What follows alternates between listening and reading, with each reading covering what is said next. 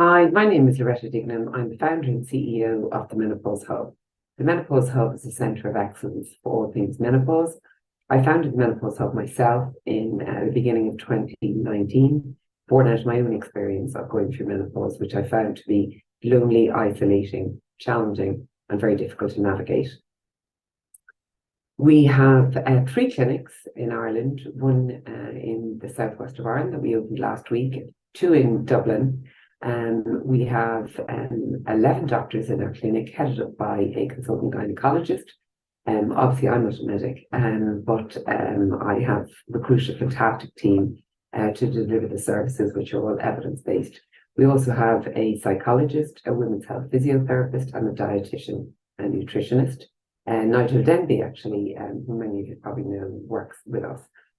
In addition to the clinical piece, I'm a huge advocate for menopausal women. I consult with government, with ministers, politicians, the media, quite frankly, anyone who will talk to me about menopause, trying to smash the stigma and the taboos that surrounds it. And we're making great progress here. And the third area I'm involved in, and the third part of the Menopause Hub, is our Menopause in the Workplace, our Menopause Academy. We offer training to workplaces to help them become supportive of menopausal staff. We launched the Menopause Workplace Excellence Awards, and this year, just last week actually, we had the first companies awarded for workplace excellence in menopause. And we offer CPD accredited training, both live training, workshops, and e-learning. And we offer it to 5 key audiences. The first is to senior management, to get them on board and understand the importance of menopause. We offer it for line managers and supervisors, for all colleagues, for HOR, and for menopause champions, very much like mental health first aiders. So that's the 3 aspects to the Menopause Hub. And I'm delighted to be speaking to you about menopause on Midwifery Hour. And we look forward to speaking to you today, which is World Menopause Day. Many thanks.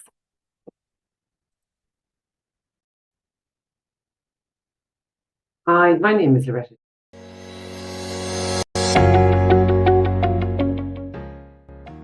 It's always a pleasure to be here, and I always try as hard as I can to support this excellent platform that's so flexible, that's responsive, that's contemporary, that's in people's homes, in people's pockets, and in people's hands, wherever they happen to be.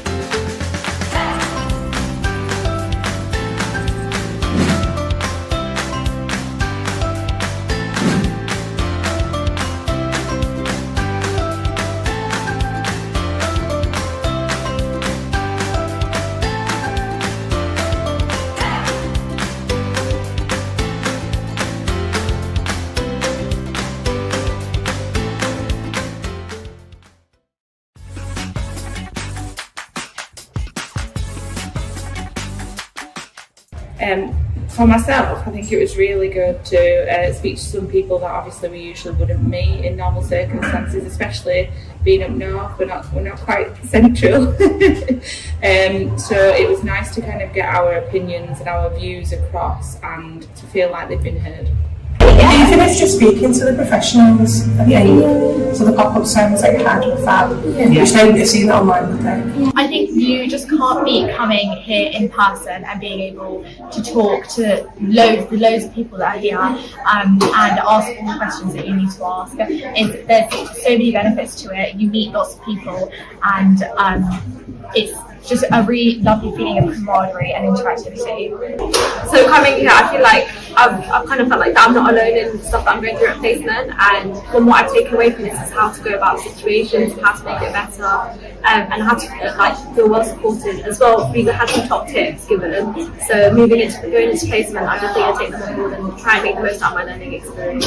For me, like the main reason I wanted to come was for that networking, for finding my people, the people that are interested in learning about the same things that I'm interested in, and taking those away and sharing them, and because we're on Midwifery Society at our university, and just kind of sharing those with our fellow colleagues and everything. So yeah, I'm going to be looking back at the things that we've gone through, because there was a lot of content. But I think the joys of now that we can meet face to face, so that's why we really wanted to be here face to face. There is something about meeting other people.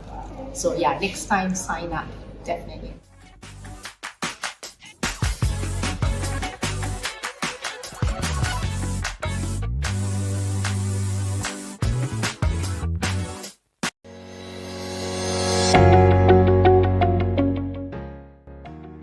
always a pleasure to be here, and I always try as hard as I can to support this excellent platform that's so flexible, that's responsive, that's contemporary, that's in people's homes, in people's pockets and in people's hands, wherever they happen to be.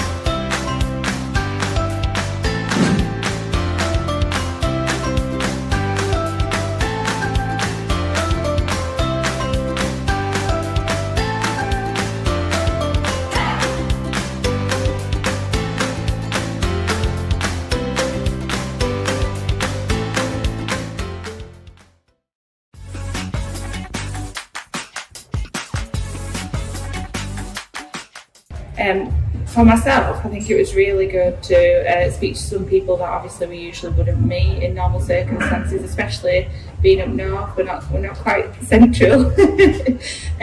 So it was nice to kind of get our opinions and our views across and to feel like they've been heard. Even if just speaking to the professionals, I think, so the pop-up sounds like had with fab, which they would have seen it online, would they? I think you just can't beat coming here in person and being able to talk to loads of people that are here and ask all the questions that you need to ask. There's so many benefits to it. You meet lots of people, and it's just a really lovely feeling of camaraderie and interactivity. So coming here, I feel like I've kind of felt like that I'm not alone in the stuff that I'm going through at placement, and from what I've taken away from this is how to go about situations, how to make it better, and how to feel well supported as well. We had some top tips given, so going into placement, I definitely going to take them on board and try and make the most out of my learning experience. For me, like the main reason I wanted to come was for that networking, for finding my people, the people that are interested in learning about the same things that I'm interested in, and taking those away and sharing them, and because we're on Midwifery Society at our university, and just kind of sharing those with our fellow colleagues and everything. So yeah, I'm going to be looking back at the things that we've gone through, because there was a lot of content. But I think the joys of now that we can meet face to face, so that's why we really wanted to be here face to face. There is something about meeting other people. So yeah, next time sign up, definitely.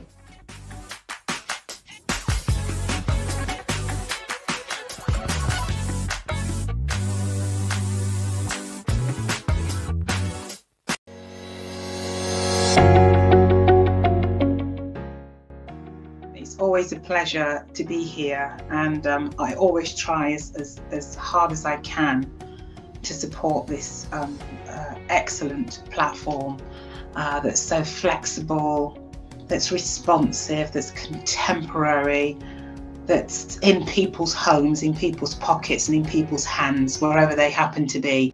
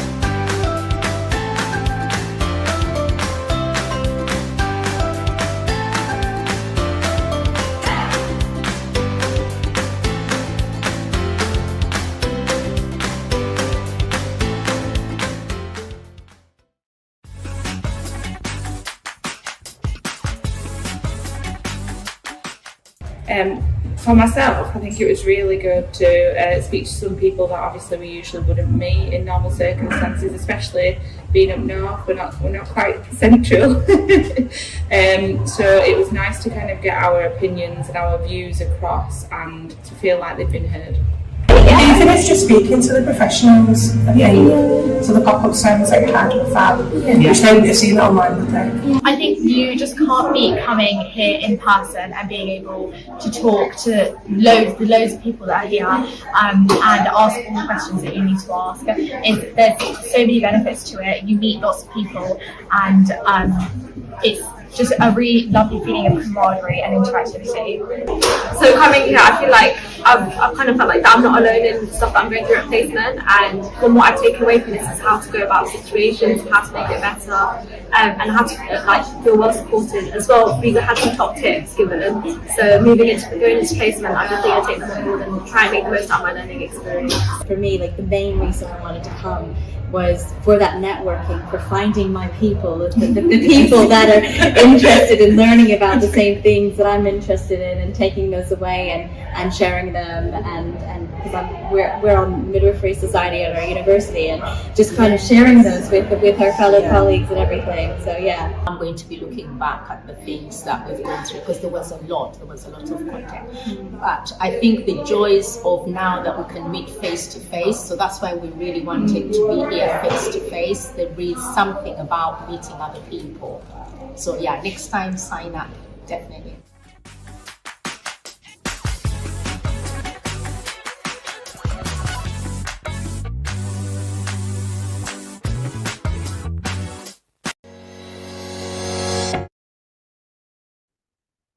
And welcome everyone to this week's Maternity and Midwifery Hour.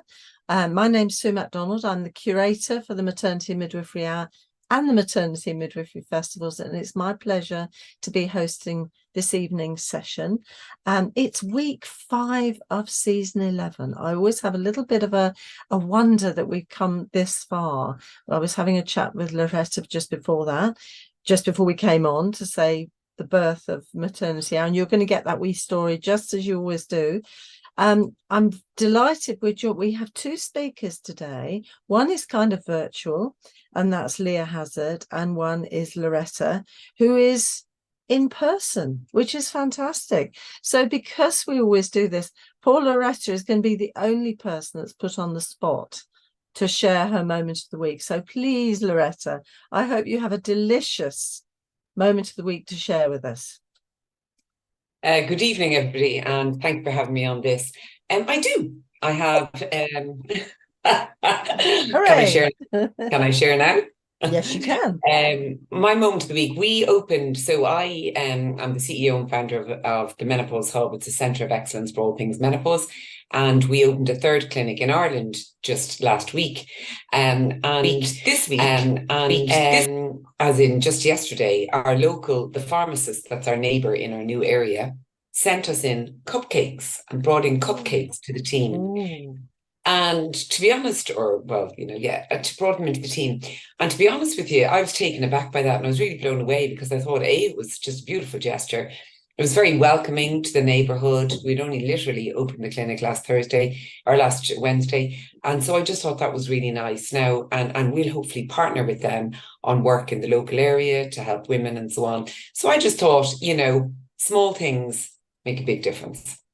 Well, I'm sorry, Loretta, but cakes are not a small thing. That's wonderful. What I'm thinking is, how many little cupcakes came in? Were there enough to go around? There was more and than are there enough. any left? They would be stale by now, but there were plenty to go around. And it was really lovely gesture. I was really touched by it, to be honest, by the thoughtfulness of people, Yeah. And I think that's what is special, isn't it? When you have someone who's actually thought it through and come up with something very special. That's a lovely moment of the week. Thank you so much, Loretta. Well, we're coming back to Loretta in a moment. But just as I always do, I'm just going to remind you where we came from. And I was having this chat with Loretta earlier, because just to remind us all We were born in the pandemic. We're one of the good things that came out of the pandemic. And it was really a way, because you remember the lockdown. Can you remember that? Those terrible days when we were not allowed to go out. We were only allowed out for exercise and shopping, little bits of shopping. And we also knew we couldn't provide study days or conferences or anything for midwives and student midwives. And we really wanted to make sure midwives and student midwives and anyone actually in maternity services had some sort of connection and also information. You remember that time it was very difficult to get information. People were very stressed. We didn't have much time. So we decided an hour a week we'd have maternity service focused. We'd have something for midwives and student midwives, some things on COVID, some things on what the services were doing, and really develop that into what it is today. So thank you for coming today. If it's your first time, I hope you're going to enjoy this evening. I'm sure you will. Do share. If you've got you'll get a kind of, now we call it the box set. It'll come probably sometime tomorrow, sometime Friday maybe, and we also have a podcast on Friday, and it'll come to you. And if you want to share it with your colleagues, please do, because it's a great way of discussing. And I think the topic we're looking at today is going to be a really useful topic for you to share with colleagues and really explore what your service are doing for women and work within the workforce for women who are going through the perimenopause and the menopause, to make sure they're looked after and supported, and so they can contribute and be valued as they should be. This is also a fantastic resource for those who are studying. You're doing validation, very useful for that. It's all free to access. If you want to have more targeted study resources, you can subscribe for a small monthly fee, and you could just join for a couple of months. You might get hooked and want more. And that's the way of getting the box sets, which also have reflective activities and additional resources that our lovely Dr. Jenny Hall does for us. And that's fantastic, because you will get hooked. You will get hooked if you go into that. So I'll say a big thank you to all of you who are working so hard to provide care to mothers, babies and families, and the students as well. I know it's a busy time for them.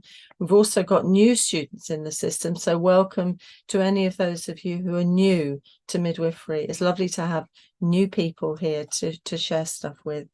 And also, I'm going to say, look after yourselves, because it's a busy service. And we are used to juggling all of the things we juggle at all times. Just remember yourself and your own mental health and well-being and your general health. Remember, not too much chocolate. I'll say that. Being a bit of a chocolate addict myself. Okay, I've just got a little bit of news. The biggest news, of course, is all the things that are going on in Israel and Gaza. It's just horrendous to think of what's happening, and I'm praying for peace, for both sides to be at peace, and for healing for both sides. I was really encouraged. There's a group called Jewish and Arab Women Calling for Peace. It's called Women Wage Peace, and they've been talking on Twitter about the need for peace, the need to just think, the need to think about others, and not just go out for revenge or hatred. We really need that in this world today. So good on them, and have a look at that if you're a tweeter like me, or an X or whatever they call it these days. Okay, it's still Black History and Culture Month. We're still on the theme of celebrating our sisters. And I noticed actually on celebrating one of our sisters is Olanma's Ogbuhi's article on baby loss in the UK, and she was looking at the Embrace report, and that's on the Maternity and Midwifery Forum newsletter. So if you don't get that, you can subscribe. You just need to go further on that page that you're on now, and put yourself down for that. Good thing. Also, very nice article by our Loretta here, which includes a 10-point plan for menopause-friendly workplace. Now, I printed it all out because I thought it was really good. You know, the really simple, it seems simple, like formulating a menopause policy, like making sure there's training in place, like involving male employees. But I know Loretta's going to talk about that, so I'm just saying there's this really good article you can access. And guess what? Today is Menopause Awareness Day. And therefore, of course, we're looking at the menopause today, and we're looking at our kind of title is Midwifing Through Perimenopause, a Challenge, Exodus and Opportunity. And we know that it's only really in the recent couple of years that people have been focusing a little bit more on the menopause. It's been a bit of a stigma, a bit of, you see people laughing about it, the hot sweats and the brain fog and all the things that women have to put up with, and they're not very funny if you're experiencing them. But it's important to be aware, of course, that it's something like 77% of our workforce are women within the health service, and we need to think about this as the effects it has on us. Now we have virtually Leah Hazard. Now we're going to start with Leah's session. Now Leah wanted to be with us but couldn't, but we twisted her arm. No, we didn't really. She twisted our arms and did a little recording. So you can listen to her words, which will be very good. Now, she's born and raised in America. She moved to Scotland in 1999. She has a really interesting personal history because she's worked in directing programs and worked as a BBC researcher. But when she had her baby in 2003, she kind of changed her career direction. She first went and trained as a doula, but then moved and became a midwife and has worked in all areas of midwifery within Scotland mainly. And she's now started writing. And some of you will have read her Hard Push book, which is quite hard-hitting. It's got moments of humour. Excellent book if you haven't read it, about the life of a midwife. And she's also just published something called Womb, which is snippet. It's really interesting, also different. She's got a wonderful writing style. So that's on your resource. That's a cue for me to remember to tell you about your resources that you can access online as usual. So we're going to cue now Leah and Leah's session. So I hope you're going to enjoy that now. So cue Leah. Hello everyone, thanks so much for having me. Thanks Sue for inviting me on this evening, although I'm actually not joining you live this evening. I'm sorry about that. I was looking forward to a live conversation and then something else, another engagement got in the way, which couldn't be rearranged. So I'm pre-recording this. For me, it's actually Tuesday morning, hence coffee in my lovely pregnant lady mug. Certainly wouldn't be drinking that in the evening. And I'm just going to have a bit of a chat about some of the issues that I would have been discussing live anyway. So when this conversation airs, it is going to be Wednesday the 18th, which is apparently World Menopause Day. And I have to start by saying that I find that holiday or commemoration a little bit ironic because although I'm sure the menopausal transition for some people is something to celebrate and is doesn't cause them any problems. For me, it's I feel a bit like waving a black flag. It doesn't feel like something that I'm particularly keen to celebrate, but it is certainly important to raise awareness of issues around perimenopause and menopause. And obviously for this evening's conversation, I'm doing that specifically in the context of midwifery. Now, I recently wrote an article for Sue and Jenny about midwifing in perimenopause and menopause. And this really came off the back of the recent NHS England workforce report, which, I mean, it's no huge surprise. I don't have the exact numbers in front of me at the moment, but it kind of echoes every other workforce report that we've seen for the last few years, which is, mass exodus of midwives. And particularly in this most recent report, and also echoed by RCM figures, a lot of the people who are leaving the register are saying that they're doing so either earlier or much earlier than they had planned to do so, which kind of makes you wonder, why is that the case? And we know that a lot of, I hesitate to use the word older because old is a relative term, but we know that, let's say, a lot more senior staff have been leaving over the last few years as well, and wanted to kind of unpick why that was the case. And as I wrote to Sue after I saw the report, I suspected that one of the main reasons why some of the staff in the, let's say, 45 and older age group might be leaving, one of those reasons might be, issues to do with trying to work through perimenopause and menopause, which can be a really difficult and challenging time, not for all women, but for some women and people who menstruate. So just to give a little bit of background about, well, first of all, what do we mean by perimenopause and menopause? And then also, how does this affect people in the workforce? A lot of you who are watching will probably already know this. Maybe you're going through this life stage yourselves already. But the menopause, the clinical definition is when it's been 1 year since your last menstrual period. So menopause is really something that can only be diagnosed in retrospect. But a lot of us use the term menopause as a kind of catch-all phrase to refer to, that entire time from the end of your periods to, the rest of your life. And perimenopause is the stage leading up to that final menstrual period, which can be, for some people absolutely fine, but for others a time of numerous hormonal kind of transitional symptoms, and these symptoms can occur anywhere from a few months up to maybe 5 to 10 years prior to the actual last menstrual period.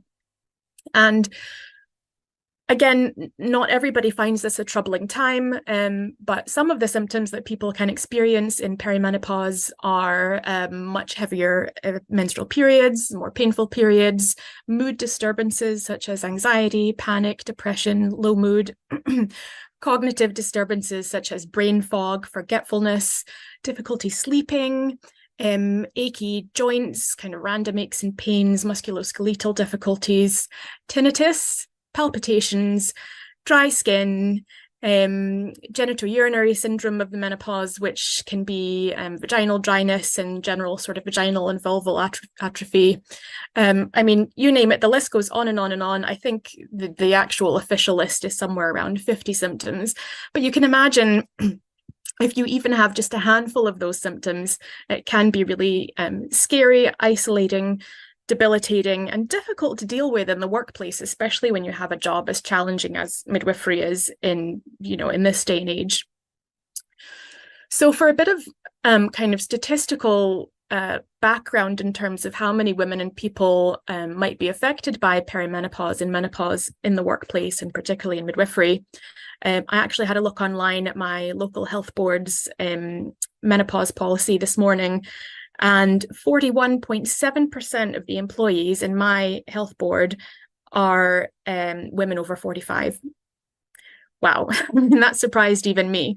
When we think of a health board, we think, okay, predominantly, there's a huge nursing workforce, administrative workforce, managerial, and you think, okay, yes, maybe female dominated, but even I didn't expect the number to be as high as that for this particular female age group. I looked at some information from the recent parliamentary hearing about menopause in the workplace, and in 2019, the Chartered Institute for Personnel and Development reported that 3 in 5 menopausal women were affected negatively at work by their symptoms. A BUPA survey identified that almost 900,000 women had left work because of symptoms in the perimenopause and menopause. And a survey by the Royal College of Obstetricians and Gynecologists identified that they said 1/3 of women were unable to go to work at any particular time because of their symptoms, and 31% took time off, by which I think they mean, more than just a week and an extended period of time. So that's a lot. So this is not just something that, is the odd hot flush or, is affecting people on a really kind of intermittent level. And it's something, obviously, that's a major consideration for workforce planning and employers as well. And when we look at, menopause policies in the workplace, so NHS menopause policies are fairly fairly new beasts, fairly recent creations, I think, that have kind of arisen out of this increasing awareness of issues around perimenopause and menopause. And they're all fairly similar across the board, and they focus very much on, initially it looks like the kind of policy that you would see for any other kind of illness or disability, if I can use those words. So the manager is encouraged to sit down with the employee and talk about what their symptoms are and make, the famous term, reasonable adjustments for the problems that the person might be experiencing. And those reasonable adjustments in these policies are often cited as wearing a cooler shirt, or having access to drinking water, being able to go to the toilet, having a quiet space to sit down and work, and being able to take regular breaks. Now, are you laughing already? Because I am. Because when I read these particular suggestions, as a midwife who's worked very much in the acute side of midwifery for over 10 years now, a lot of these suggestions are admirable, but completely unrealistic. And for the way midwifery exists now anyway. And I'll come back to that in a minute. I'll kind of circle back to that, but maybe what might be helpful, first of all, is to share kind of how my own symptoms affected me over the past year, and how I had to basically take an extended period of time off work, because for me, midwifery just absolutely wasn't compatible with the way I was feeling. And I wrote about this in my piece. And I should preface it by saying, people sometimes say to me, like, oh, it's great that you're so open about kind of challenges in midwifery and you talk so freely about this stuff. And I really want to preface this by saying that it's actually not easy for me to kind of discuss, challenges that I've faced, particularly when they're very personal ones like this. I don't enjoy talking about kind of darker points in my career, or, times when I felt isolated or ashamed. But the reason why I feel strongly about speaking about these times, and specifically about perimenopause and menopause, is because on the one hand you think, oh, it's everywhere in the media, but there is still a bit of stigma and taboo in talking about these things. And for me, when I was going through that really dark time last year and kind of trying to figure out what was happening to me, it really was only the voices of other women that got me through that time. Yes, I did have some medical treatment eventually, and did have some excellent therapy and support from family. But I have to say that a really fundamental piece of that puzzle for me, especially in the beginning when I really had no idea what was happening, was other women on internet forums, chat rooms, message boards, whatever you want to call them, saying, I'm going through this. Do you have this? Oh yeah, I had this. This is how I solved that. And those really sort of granular, quite intimate questions that aren't in the public discourse. So I'm sharing my story in the way of kind of paying it forward, and hoping that maybe this will help somebody who's watching or listening this evening. So for me, so I'm 46. I just turned 46 about a month ago. So you think, oh yeah, perimenopausal, obviously, things are going to happen. And I had been having sort of mild kind of signals of perimenopause over the last 5 years. So much heavier, more painful periods, maybe the odd ache and pain, maybe a little bit of sort of mood, kind of labile mood at certain times of the month, but nothing at all that was really debilitating that I couldn't handle in my day-to-day life. And then last July, I got COVID at work from an unmasked, very unwell patient. And really within, and I was quite unwell with COVID and fortunately recovered from that. But really within a few weeks of my COVID infection, I began having what I now know in hindsight were very sudden and severe perimenopause symptoms. And we could have a whole other conversation. This was part of what was so confusing for me. I thought, do I have long COVID? Like, what's going on? Am I just not coping? What I realized afterwards, that for many women, COVID actually does affect receptors on the ovaries, and many women experience kind of sudden and severe perimenopause and menopausal symptoms after COVID infection. Anyway, however, what happened to me was I did go back to work about, I don't know, maybe a month after I had COVID, and my mood was incredibly flat. And again, I thought, well, maybe it's just, I've had a bit of a hard time, had a bit of a rough year, even before COVID, just no motivation. I remember just walking into work thinking just completely numb about being there. Had, classically really, really busy shifts. And there was one particular shift where it was quite busy. Lots and lots of women in and out all day long, and it was about 5:30, and two quite complex women came into the department at once, and I just had an extreme sort of dip of like sudden exhaustion. Fatigue doesn't even really begin to describe it. I now in hindsight know that I have these dips from time to time, especially at certain times of the month now, but just powered down, massive dip in energy. And because I felt completely suddenly exhausted, I think I began to panic, but it wasn't like normal anxiety. I felt like I took my own blood pressure, which was through the roof. My head felt like it was going to explode. I was having chest pains. I was cold and clammy and sweaty, and I just thought, I have to leave, which is something that I hate doing at work, and it's very embarrassing and feels shameful for no good reason. So I left, I went home, and I think I was just in a state of complete shock for the rest of the day. I didn't understand what had happened, why I was feeling so anxious. These physical symptoms were very confusing. And I did go back to work, I kind of forced myself back to work a couple of days after that, but I actually can't even remember that shift. I think I was still in a state of complete trauma, and I just felt as if my body had completely betrayed me. So I decided to take a little bit more time off work, by which I thought at the time I meant maybe a week or so, but it turned into 4 months, because what happened was I just lost myself completely. My mood would go from sort of just kind of constant anxiety to complete debilitating depression for no good reason. I have a lovely life. I know on paper I'm very lucky. I have nice things. I have a nice family. I've got lots of love and support around me. Exciting things were happening for me, professionally with my book and so on, but I could barely get out of bed in the morning. I couldn't function.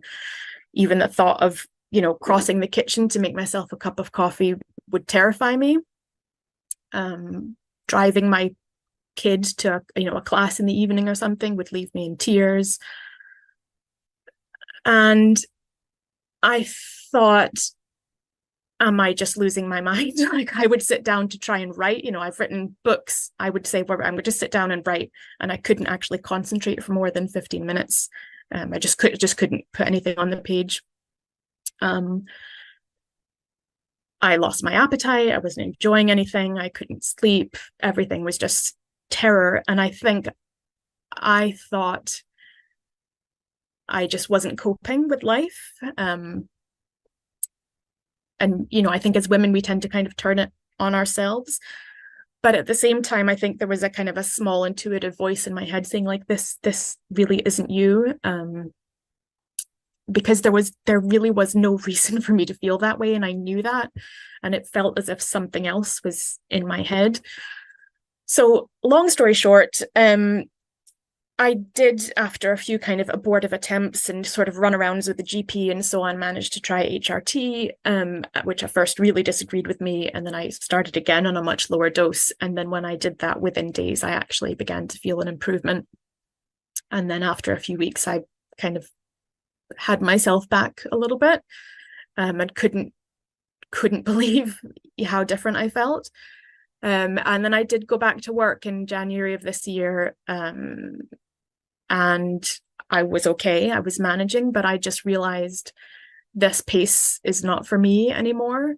I felt a lot better in myself with my mood and things. HRT had started to make a really huge difference, but I realized, I can't work like a robot for 12 hours without a break anymore. My body just won't do it. I do still have times where I feel tired.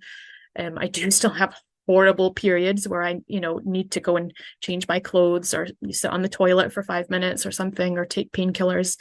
I do still have moments of, I just need to take a minute out. And I do also, have the odd hot flush and difficulty sleeping and so on. And I just thought, this midwifery in the way that I've been practicing it, or the way that I've had to practice it, is not compatible with this stage of my life.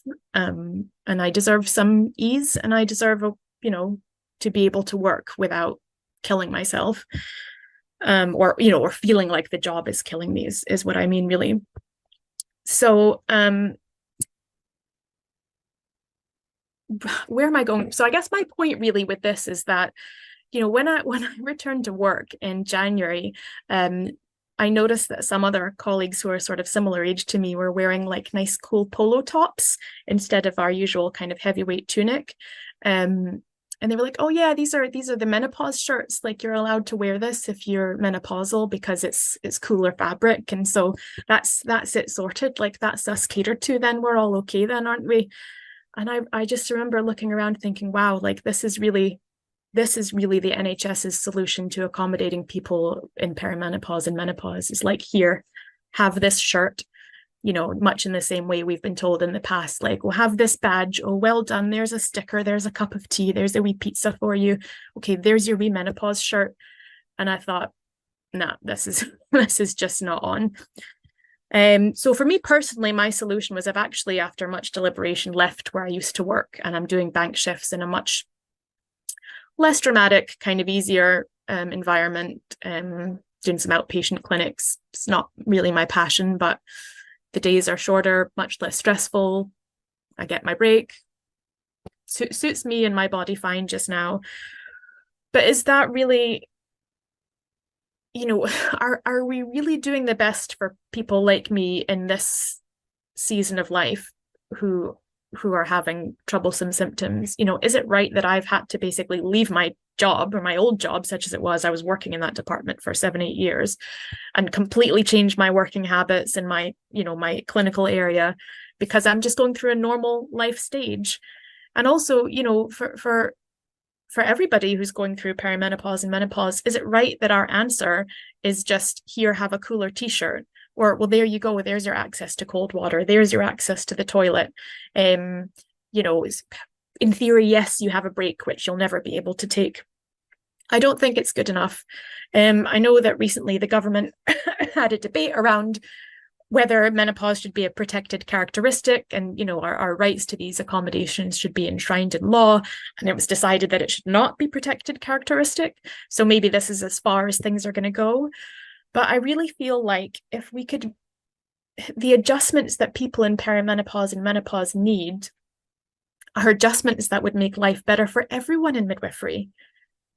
Like, I'm not, just because I'm perimenopausal, doesn't mean I'm the only person that struggles to work 12 hours without a break, right? Like, that's not really reasonable. The stressors that are affecting all of us are also perhaps disproportionately affecting people who have troublesome perimenopausal and menopausal symptoms, or anybody who has a physical condition that requires a wee bit of leeway, a wee bit of ease. We're not asking for a lot.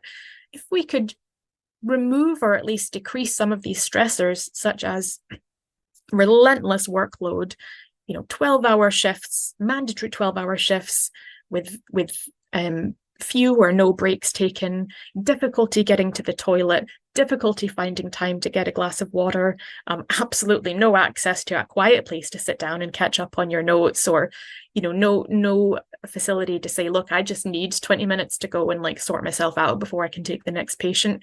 These are actually normal human needs. I would argue actually maybe basic human needs. So my argument in the piece that I wrote, and that I guess I'm really reiterating today, is that if we can, reduce some of these completely unreasonable and overwhelming stressors across the board in midwifery, it actually makes life better for everyone. It's not like people in this stage of life are asking for the moon. It's not like we're asking for, I actually need the whole afternoon off, or I'm only going to take half the patients that you take. we're just asking to work like humans. You know, there's a lot of talk now about humanized birth and humanized midwifery care.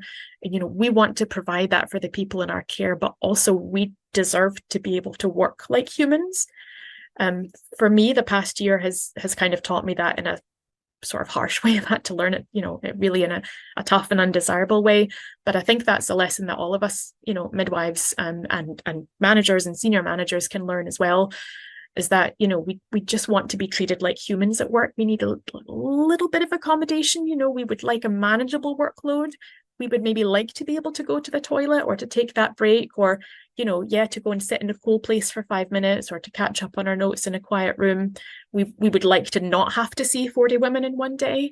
And I think if we can really do better at enshrining these reasonable adjustments for people in perimenopause and menopause, then perhaps we can think about extending those adjustments to midwives across the board, you know, and healthcare workers across the board. Obviously, I'm referring to, you know, anybody at any level, from auxiliaries to catering staff to porters to, you know, everyone at every level. So that's my monologue for this morning, I guess. I'm sure that Sue and her guest will continue that conversation and maybe pick up on those points. But thanks for listening to me. Thanks for letting me share my story. As I said, never easy, but I hope it helps somebody who's listening. And I raise my mug to you and wish you a very happy and healthy World Menopause Day.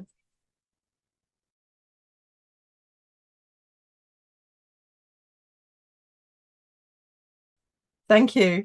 I think I always like listening to Leah, and I think she's given us a lot of food for thought. And I know some comments have already come through. Dana Colburn, hi Dana, says, it's funny, shouldn't we all have these on offer as workers? Which reiterates what Leah's really talking about.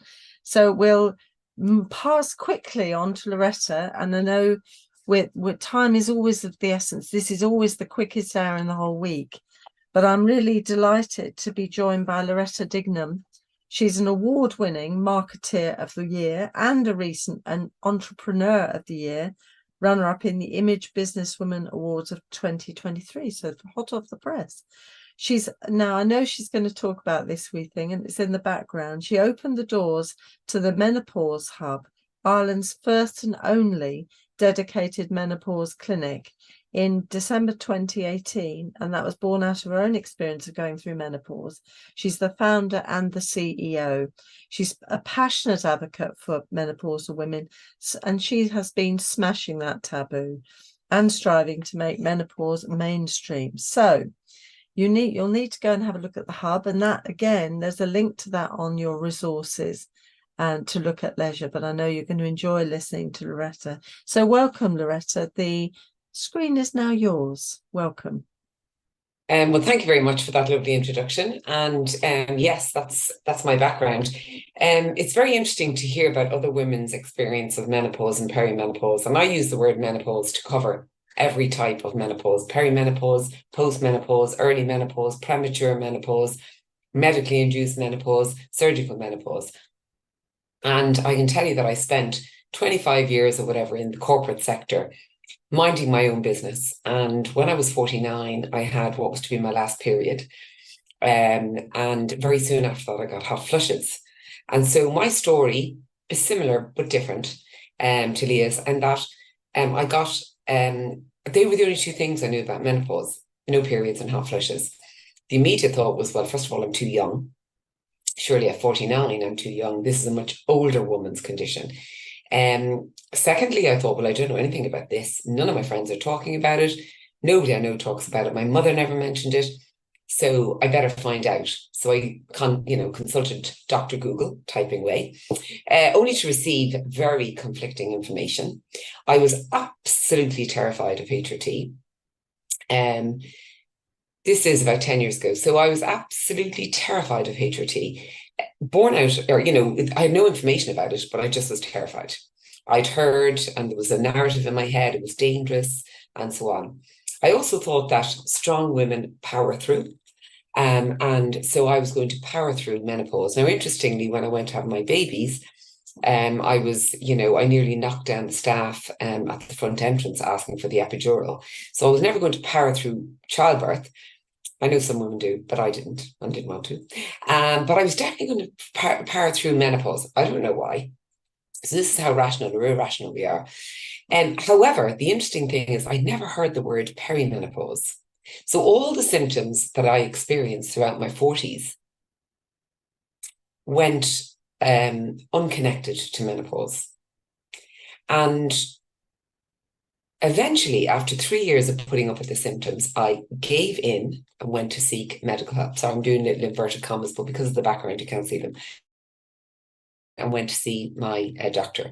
The GP consultation was fairly kind of all right. But I decided to go somewhere else and spoke with someone for about an hour, paid a lot more because of expensive healthcare in Ireland. And I got a whole education about menopause, about estrogen, about all my symptoms, about the whole 2002 Women's Health Initiative study, about whether HRT was for me, hormone replacement therapy, etc. And I decided I was going to go on this. I had information, I was empowered, I had facts rather than fiction, and I was making a decision. So I started on estrogen.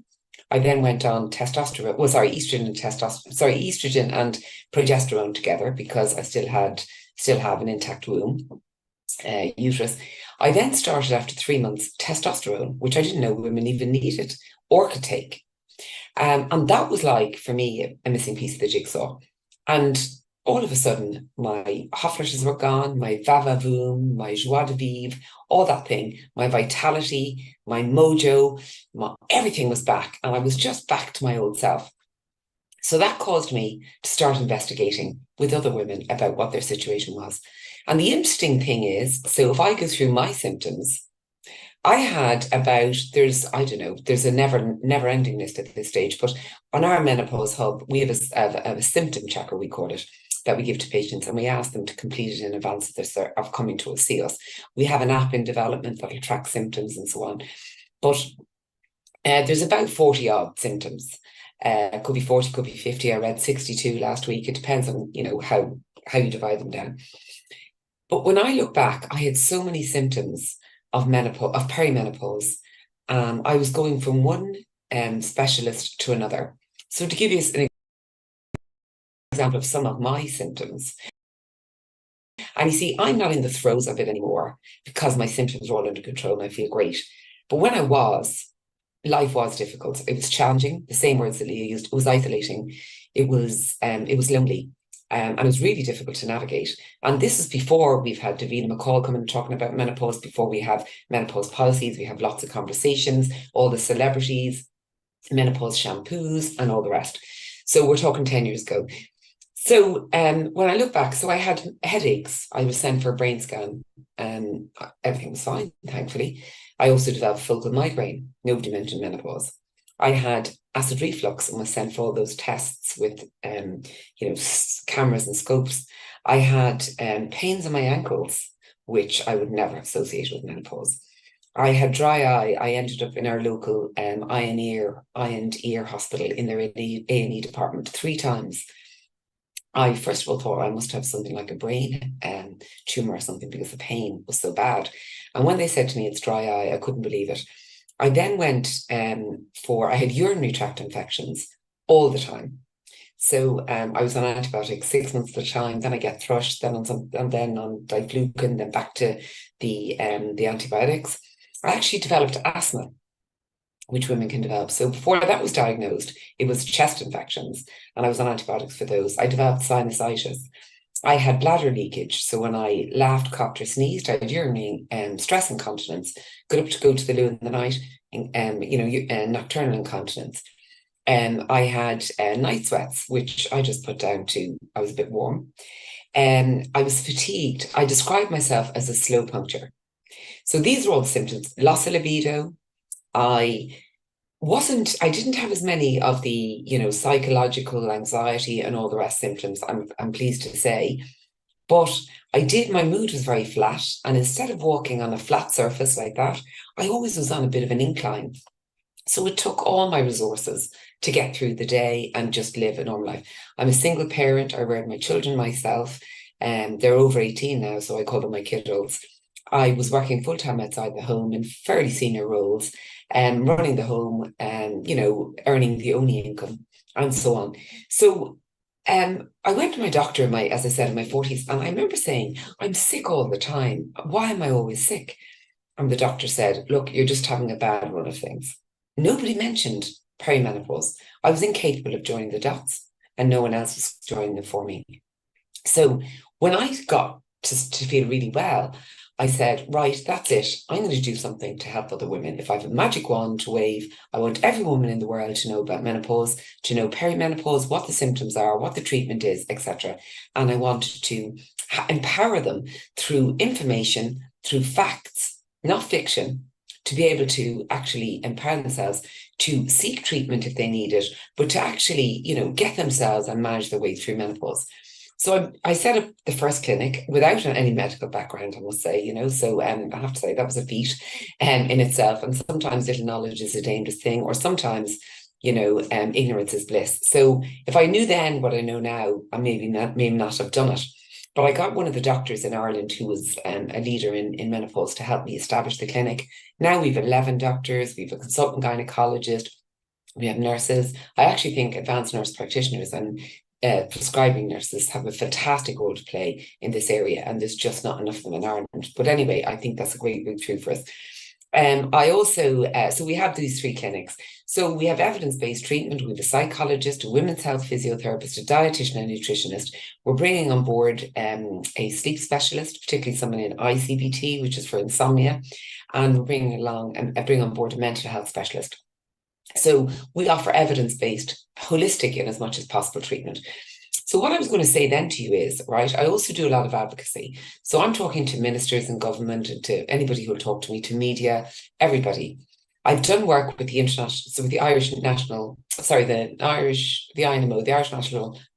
Nurses and Midwives Organisation in Ireland. And I worked with them on their position paper or position statement on menopause back in 2019. They've also done research in conjunction with us about menopause and how that impacts women. And 82% of their members who experienced menopause said that they considered giving up work due to their symptoms. So you can see that this profession, which is highly focused and dominated by women, also, is also one with a lot of risks, because women can walk out, and the likes of Leah, talented, experienced women walking out because they can't get the support for what they need, and they find it difficult to work as a menopausal woman. So the advocacy is a big thing. And then the third area I'm really busy in is the area of menopause in the workplace training. I also do. We also have CPD accredited e-learning, as well as hybrid, as well as live training, and we aim at 5 key audiences: all colleagues, managers and supervisors, HR, and menopause champions. And I'll come on to talk about a couple of the points that Leah made there: menopause champions, and then senior leaders. And it's interesting because I agree with her about the policies. The policies all contain a lot of things which sound great in principle. And I deal with all sorts of organisations. So I've worked today in Ireland, we worked with the civil service, and they've introduced, I know I haven't shared my presentation, but I'm thinking about the time and wondering, is there a point in sharing the presentation? Because basically what we have is that the civil service have launched a policy which is going to, it's the policy framework that will be used as a template for the rest of the public service. And my concern about some of these things is that most people in the civil service will be working in a desk-based job. So a desk-based job it could be at home or it could be at work. So they can get access to some of these things that are talked about.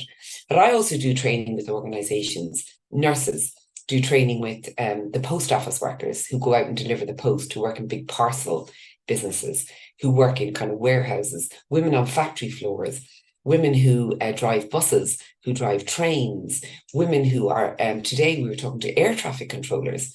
You know, these people are in roles where they just can't get up and go and take a little break in a room, and they can't go and, take time out. Some women told us they had very heavy bleeding, flooding, a bus driver. She couldn't get off the bus to change her pads, her clothes, and those kind of things.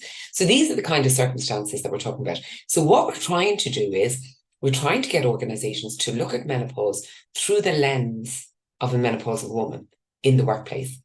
And whatever your workplace is, I can't advise you about your workplace. You're best placed in your workplace. So we need risk assessment. We need occupational health to be involved. We need maybe chief medical officers to be involved.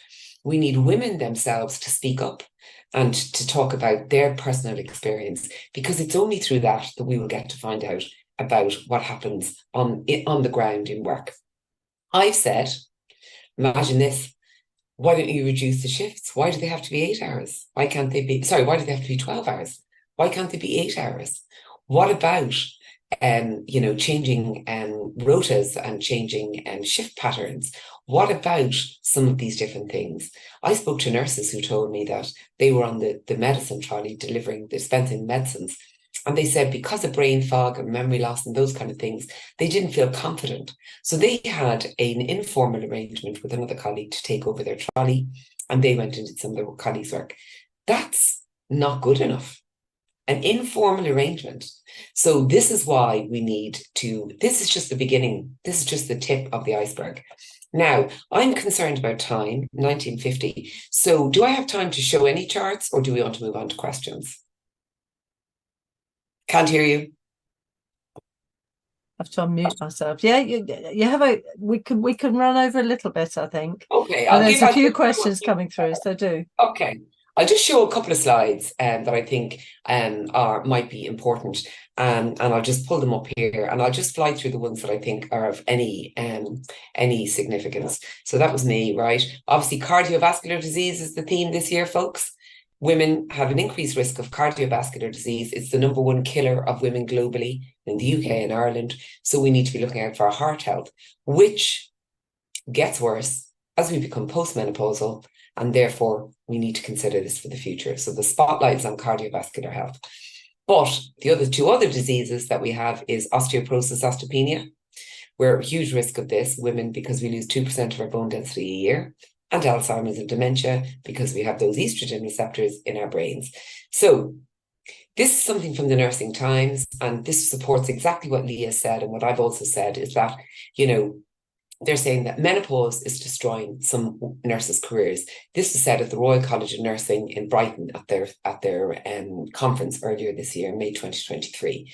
It's not only menopause; it's actually menstrual health. It's lots of other areas of women's health. They said women's health is a workplace issue, and we need employers to step up now. It almost destroyed my career dealing with endometriosis and menopause. So Leah's not alone. And none of you are alone. So I do think it's really, really important for people to get your voices, to get into your unions, to get into all of those people and start putting forward your case around this, because it's only when we keep bashing down doors, we keep focusing on the issue. Data is so important, because if you could size the problem and say X many nurses feel this or said that or want this or want that, you actually start to make it something that's actually a compelling business argument. We've gone through a bit about menopause, but I just wanted to show you, we have over on our symptom checker, and this is in the resources, divided into mental, emotional, psychological symptoms, the physical symptoms, and then what we call the genitourinary. They're the ones that can affect us in the pelvis, in the bladder, in our genitals, and can also impact relationships and sex life. Our survey, we did a survey this year among 3,000 women, menopausal women, and 65% of us told us that menopause negatively impacted their sex life. So it's not just confined to women, it's not just confined to work, it's actually it's broader into the partnerships, relationships, and families. So you can see all these different symptoms, and you can check it out. If I'd had this in my 40s, I would have saved myself 7, maybe 10 years of suboptimal health, going to this specialist and that specialist. I actually would have done myself a huge favor. I would have been more productive. I would have been in better health. I would have felt better, and everybody around me would have felt better. So I just think getting the information out for women is really, really important. 80% of women will have symptoms. So you may not have them all on the mental, emotional, psychological side. You may not, you may have them dotted around. They may come and go and so on. And it's very easy to mix up with other symptoms. And particularly COVID has played havoc with women's hormones, as has the vaccine. And so therefore, and women get confused between COVID and long COVID, or between underactive thyroid and so on. But actually, if you've ruled out all those other things, have a look at this. Once you're over the age of 45, it's likely to be menopause. There's lots of different help out there. Diet and lifestyle, the cornerstone. There's herbs and botanicals, although some women say they may as well be, taking Smarties. Others say they swear by them. There's hormone replacement therapy. Has had a bad rap since that study in 2002. But I'm sure lots of you in the nursing profession know that it's actually safer than we might have been led to believe. There's a role for testosterone in there. There's a role for vaginal estrogen, whether it's through pessaries or cream, and obviously estrogen and progesterone. The Mirena coil is something that actually is really, really helpful for some women for that heavy bleeding once you've ruled out any abnormalities. But also in terms of it delivers your progesterone for your HRT, your hormone replacement therapy regime, and it can be a contraceptive. So that's a very useful part of your treatment. And lots of women experience flooding, really heavy periods, and this can work wonders for them. There's non-hormonal medical choices out there as well, need to be prescribed by doctors. And in the US this year, the FDA approved a new drug for called Vizoa, which actually acts on the brain and helps interrupt the pathways so that it can help with hot flushes. Now, it's not available in the UK yet, or Ireland that I know of, and it's extremely expensive in the US, but it is coming. So there are people looking at non-hormonal treatments. CBT, cognitive behavioural therapy, that's proven by the British Menopause Society to help with menopause in terms of hot flushes. So it's scientifically proven. Hot flushes, anxiety, panic attacks and sleep. And then the whole area of pelvic physio, I cannot stress it enough. We do not need to be leaking. Sensitive bladders is made up by the marketing community. We don't need to have leakage at any age in our lives. And why menopause matters is because in the UK, almost 8 out of 10 menopausal women are in the workplace. That's a huge number. And Leah's already said 900,000 left work, according to Bupa. It's your fastest growing demographic. You cannot keep women in work in this age group. Pension age is increasing. We're having to stay in work longer. And by 2030, there'll be 1.1 billion menopausal women on the planet. So if we all unite our voices and demand change, we can't be ignored for much longer. Women talked about problematic symptoms in work. They talked about lack of support and discrimination in work. And they talked about loss of income and reduced work. And Leah is a fantastic, well, I won't say fantastic, but she's an example. Don't mean she's a great example, but a sad case in a situation that the woman feels that she has to go to those lengths in terms of her career and so on. And when the UK study did, the House of Commons did their piece of research, what they found out was that these are the top symptoms that affect women at work. Difficulty sleeping, so they're exhausted. Problems with memory and concentration, so they start to doubt themselves and their ability to do the job. Hot flushes and night sweats are up there. Anxiety and depression. So everything Leah said is actually, the case for many, many women. And there's other things further down. Of course, all my symptoms are lower down. It's not awful. Anyway, there you go. And the next chart, if I was to show you, is that what way did the symptoms affect women? 72% said, I feel less able to concentrate. If you're in a job that requires maximum concentration, what hope do you have? And over 12 hours? That's a challenge. I feel more stressed. We're already stressed at this stage of our lives. We're the sandwich generation, elderly parents, kids who maybe, teenagers, children working full-time or part-time outside the home. We've got a lot going on, and then layer in the hormones, and I feel less confident in my abilities. Women already suffer with imposter syndrome. So 67% said that they feel less confident. No wonder they consider giving up work and leaving. It impacts us in our performance. We take more sick leave. 31% was the number there on sick leave. 10% of women in the UK said they left their jobs because of menopause. And day in, day out, I meet women like this who say, I gave up work because of my symptoms. But most people don't really know the reason they gave up work because they weren't even aware it was menopause.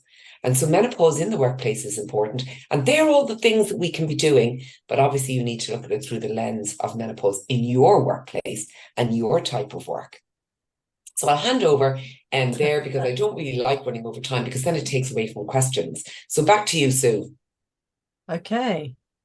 Right. Well, we'll all come on the screen except Leah. And we are very short of time now, but I think we could just run over a teeny weeny bit. We've got quite a lot of comments, and I'll start off with some of the comments. We've had Dana, and then Jenny Hall. Hello, Jenny, has said thank you to Leah, and I'm sure she'd say thank you to Loretta too, for raising these issues very much in a predominantly women-led service. Thanks for raising about the 12-hour shifts, which are actually, and she's pointed this out, probably more like 13.5 hours because you work longer because you don't get paid for bits of it. Everyone should be rising up and shouting about it. And then another comment from Samantha Malloy. Hi, Samantha, who says, I'm 51, totally sympathise with Leah. I left a permanent position on triage as we worked like dogs. I went back on HSP, which means I work when I want and which shift I want. So this is what we're being forced to do, which is, and when you think about it, that's an awful pressure at a time when you're feeling physical and hormonal pressure to add to you. And Amanda says also, thank you. I left because I couldn't put into words how or why my passion had gone. I was angry and intolerant of the system and had to go for my own well-being. And before I said or did something that I wouldn't be proud of. Thank you for that. And Lucy, we're getting lots of comments, which is lovely. We have a wonderful audience, just in case you didn't notice, Loretta. Fantastic. Lucy says, thank you so much. I also experienced brain fog following COVID, have stopped working long shifts and reduced my hours in acute setting, and I'm working bank shifts in community unit. This was an emotional listen. And I'm sure for a lot of people that will be, where you've taken, had to take your own steps to surviving, because not everybody can just give up. Most of us have to work for our living. Francis says, this is a good point too. Thank you, Francis. Says reasonable adjustments should also take different forms instead of being a handful of blanket patronising so-called solutions. Thank you for that, Francis. And then we have Jean.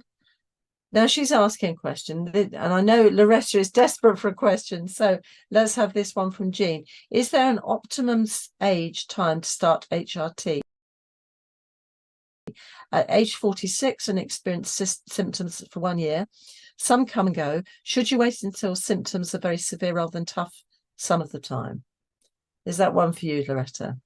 I'll answer. Now, I'm not a medic, so I won't pretend to be a medic. And even if I wouldn't be answering an individual's question specifically. But to say that you can start HRT, once you feel symptoms, you're 46, so you're in perimenopause, presumably. You didn't say your periods are finished, but I assume perimenopause.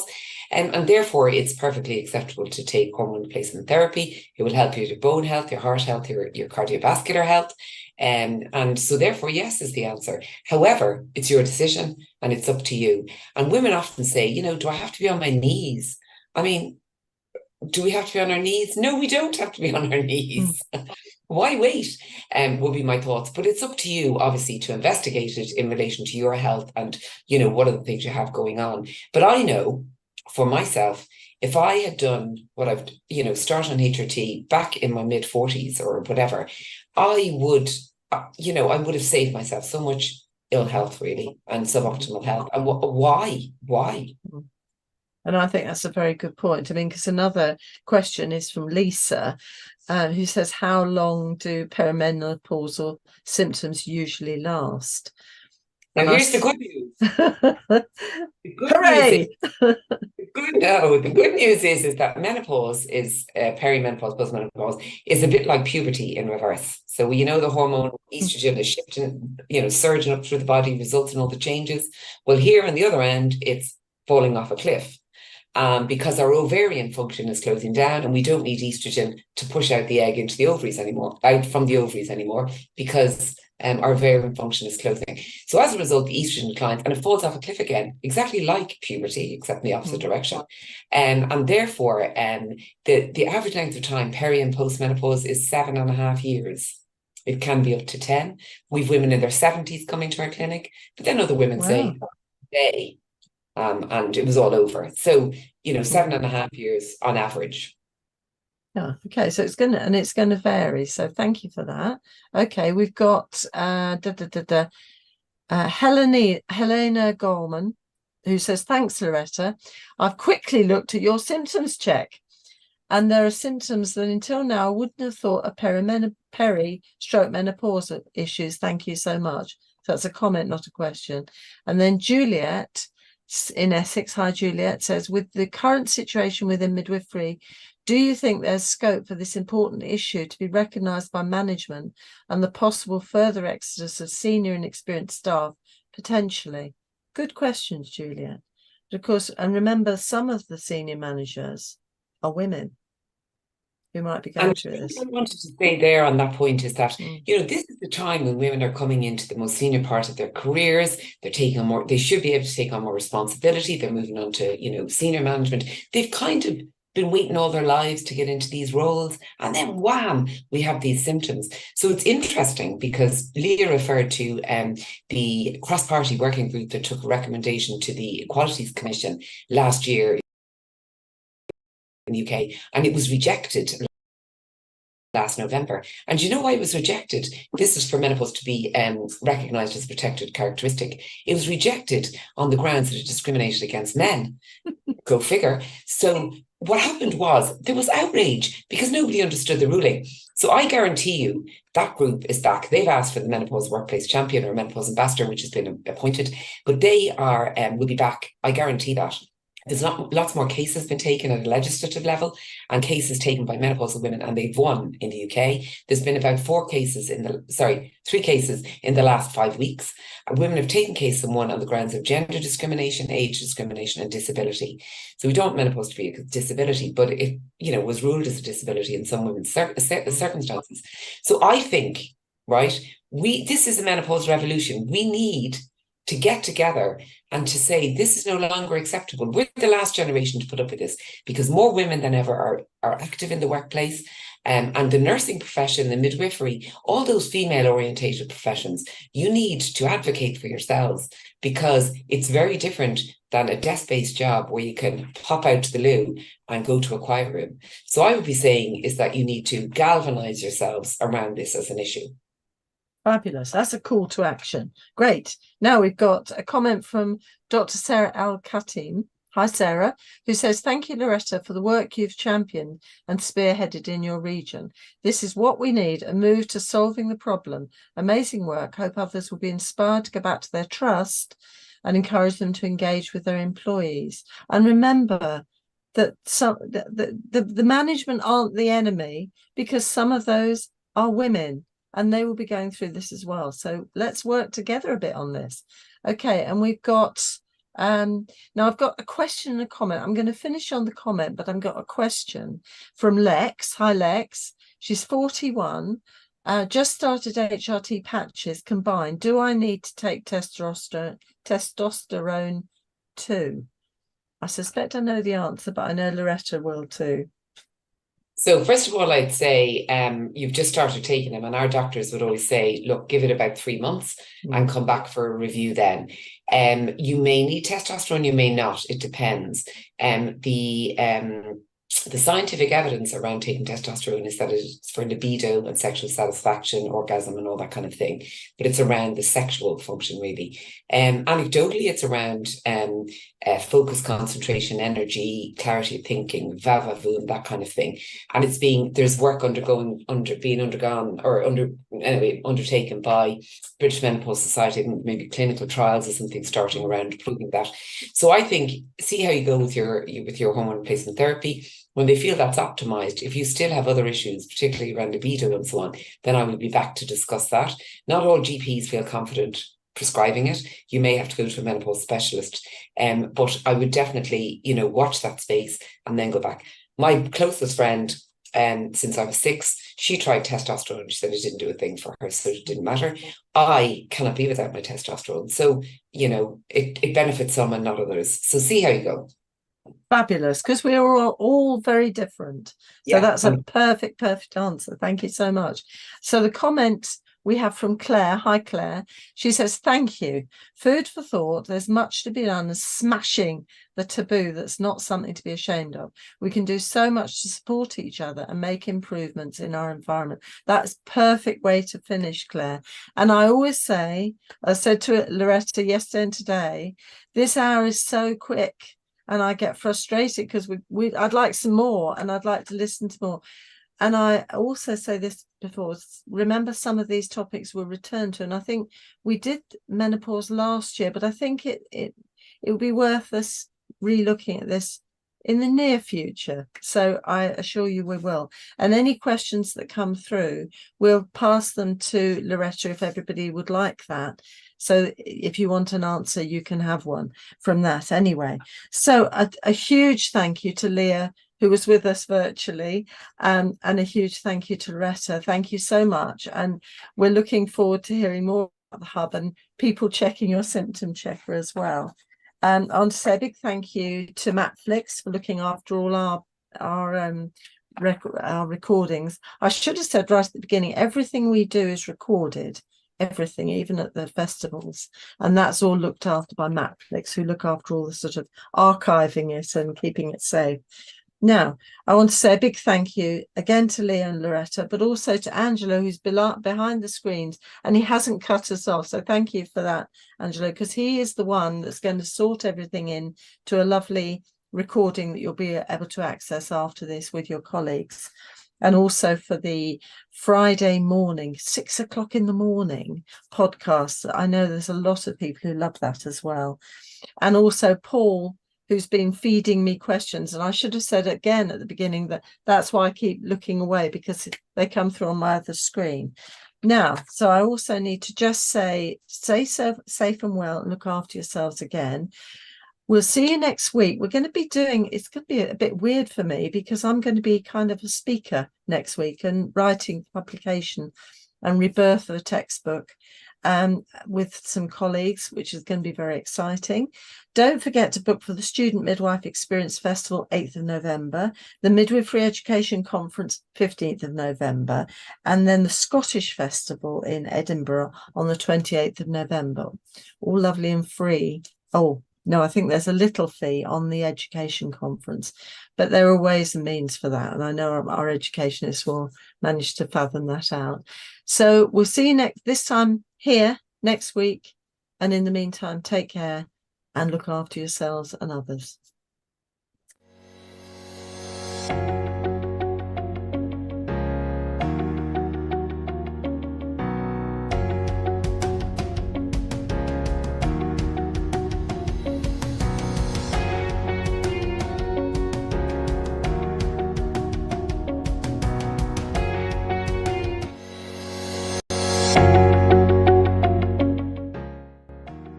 Always a pleasure to be here, and I always try as hard as I can to support this excellent platform that's so flexible, that's responsive, that's contemporary, that's in people's homes, in people's pockets and in people's hands, wherever they happen to be.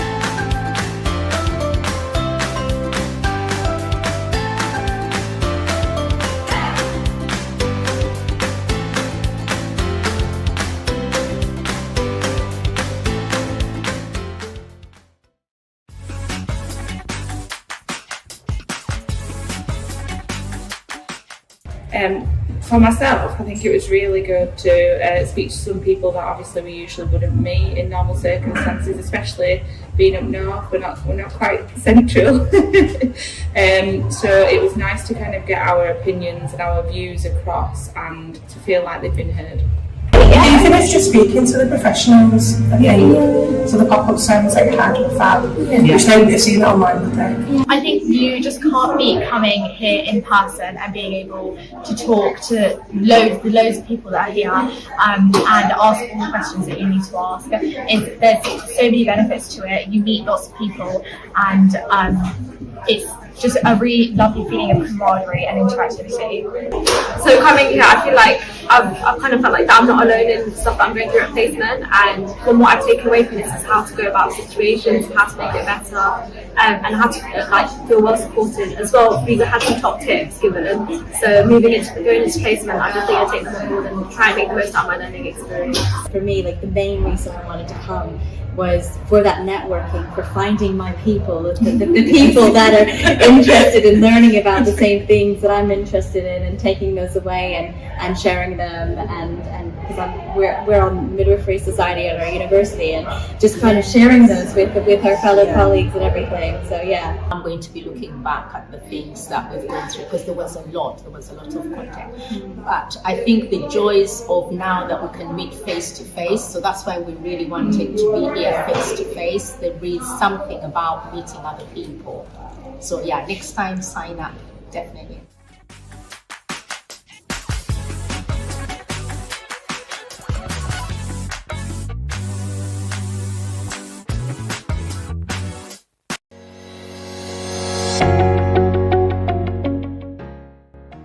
It's always a pleasure to be here, and I always try as hard as I can to support this excellent platform that's so flexible, that's responsive, that's contemporary, that's in people's homes, in people's pockets, and in people's hands, wherever they happen to be.